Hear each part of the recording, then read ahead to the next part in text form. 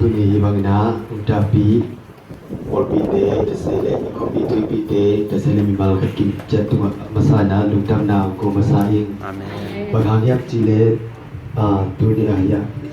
sa bangino ken ma bangna ko ben mi te i te ngai te ping na ngodi na om te lo mi te yu ai song hin tu ni na pasien i tin pasien za ta kin por pi te pasien na za ta na u hangin agam la anai jet lo na hi bangna nung te na u hangin na pi te na lung tam na ko ma sa ing amen ta dak jeng na kanao tuang ni na ang nu siat mai na kamal tai khak te thum ka thum gen nu amai na nung kum sung anun ta na pen kan kon na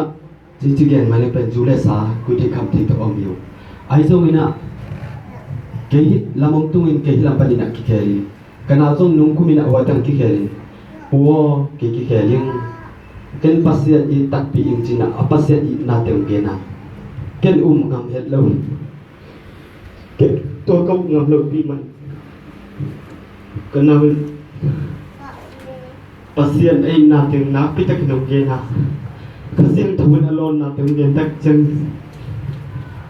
oh now nang pasien I tak pi mo ai u nào sung atun nang so ta ta mo china dak la lum dam ko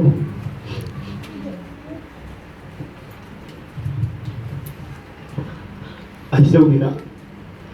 kana na uo nung cha ni tak chiang in ai u nào win ai thei bang na pasien mi le kam hading na ma pang pasien hading na I thei bang ma pang gospel party ai so tôi kể chuyện này hello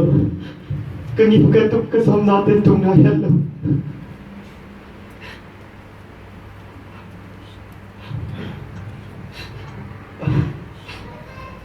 sẽ kia là sao mà mày đã mình ba kia không cho sao anh mình này apian na hết được tên tung ạ tàu pa na amai định na ông lâu bị lệ piang cái lâu đi nghe tàu pa na amai thích na bang bang bên kia na ông piang sa cái mình na tàu pa tung ạ lung đam câu ite hang na ke kathanen na hilawin ite hang kana nusian na ngana ke thanen lawin thahat zo in ka in kwan sung to pa na ong ki khel sak na ong sak ta hen amen to ting ma mai na mi ma kat kim cha tin na thu na pan pi dem chi o ting amen